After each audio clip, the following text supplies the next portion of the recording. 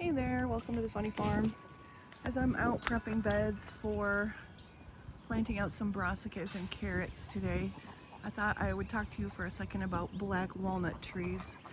If you're gardening near black walnut, you might know, but if you're having a hard time and you don't know, they exude a chemical called juglone that can be toxic to some plants. So under the drip line of the tree is about the same distance that your root line will extend out. So when I'm planting in these back beds here, underneath the tree, I'm planting juglone tolerant plants. I also have, under these beds, you can see right there because my wood chips are torn away, under these very back beds that are closest to the tree, I have solid metal bottoms under these, peek in there too, to keep the roots of the black walnut from coming up in the beds. You can mitigate the effects of it a little bit by gardening in raised beds, gardening in pots, and planting your juglone tolerant plants outside the drip line of the tree. So in the back here, I'm getting ready to plant one of the plants that can tolerate this tree, and that is cauliflower. It's the only one of the brassicas that really can tolerate the juglone. You don't want to put your broccoli here. You don't want to put any nightshades under the tree. So I'm always going to the front of my garden with the potatoes, the peppers, the eggplant. Corn is also juglone tolerant. Beans, squash, cucurbits. So that's what you'll always see me planting at the back of the garden near this tree. There are also some flowers. Obviously not the daffodils because they're thriving under that black walnut. There are also some flowers that can't tolerate the juglone.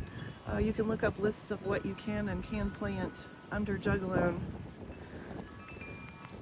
Your local ag extension center can give you that information. Man, it's windy. I hope you can hear me.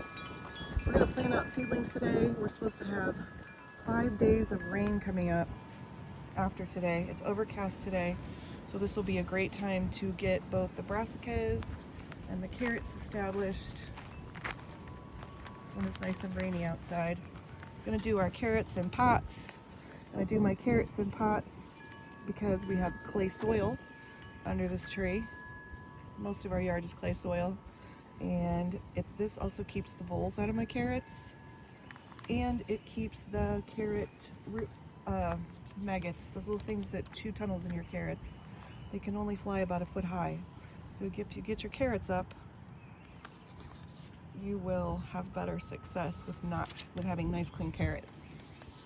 I always pick a week of a lot of nice spring rains strung together for getting my carrots going to keep them moist. I don't have to worry about them drying out, and I get the best germination when I plant them when it's rainy and cool. Another part of dealing with your juglone is you're also going to come through and remove any debris, like these little twigs right here.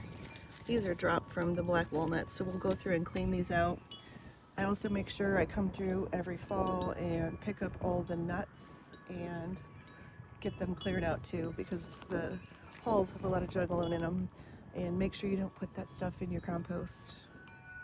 Your root vegetables can also tolerate the juglone back here, and that's good for me because I'm planning on ringing this whole garden this year with onions and leeks to try and discourage the deer. So Jasper, we're joking about me buying 120. There's the 200. They don't like the smell, so we're gonna go all the way around the backside. These are kind of sacrifice onions. We have others planted from seed. These I'm planting just for the deer. So if we get onions out of them, we do. If we don't, that's fine. These are gonna serve a purpose, hopefully. Fingers crossed. Thanks for watching. Please subscribe.